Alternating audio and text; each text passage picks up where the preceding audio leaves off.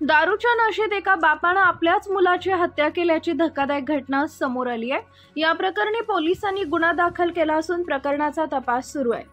माजलगाव शहराजवळील खानापूर इथं एक धक्कादायक घटना घडली आहे। इथं दारूच्या नशेत असलेल्या बापानं आपल्याच मुलाची हत्या केली आहे। लाकडी दांडक्यानं डोक्यात मारून या बापानं आपल्या मुलाची हत्या केली आहे। ही भयंकर घटना रविवारी 4 मे रोजी सकाळच्या सुमारास उघडकीस आल्याची माहिती आहे। रोहित गोपाळ कांबळे वय वर्ष अंदाजे 25 असं मृत युवकाचे नाव असून गोपाळ विठ्ठल कांबळे असं संशयित आरोपी बापाचे नाव असल्याची माहिती आहे। या प्रकरणी मिळालेल्या प्राथमिक माहितीनुसार बाप आणि मुलाला दोघांनाही दारूचं व्यसन होतं।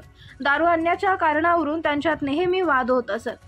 आठवडाभरापूर्वी रोहित यानं आपलं आयुष्य संपवण्याचाही प्रयत्न केला होता अशी माहिती आहे। रविवारी सकाळी दोघंही नशेत असताना पुन्हा त्यांच्यात वाद झाला आणि हा वाद इतका वाढला की बापानं लाकडी बांबूनं मुलाच्या डोक्यात हल्ला केला।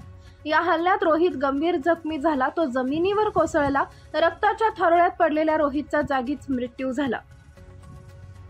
घटनेची माहिती मिळताच माजलगाव पोलीस ठाण्याचे पोलीस निरीक्षक राहुल सूर्यतळ, पोलीस उपनिरीक्षक आकाश माकणे व पथकानं घटनास्थळी धाव घेतली।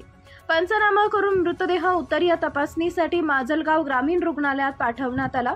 दरम्यान पोलिसांनी आरोपी बापाला ताब्यात घेतलं आहे।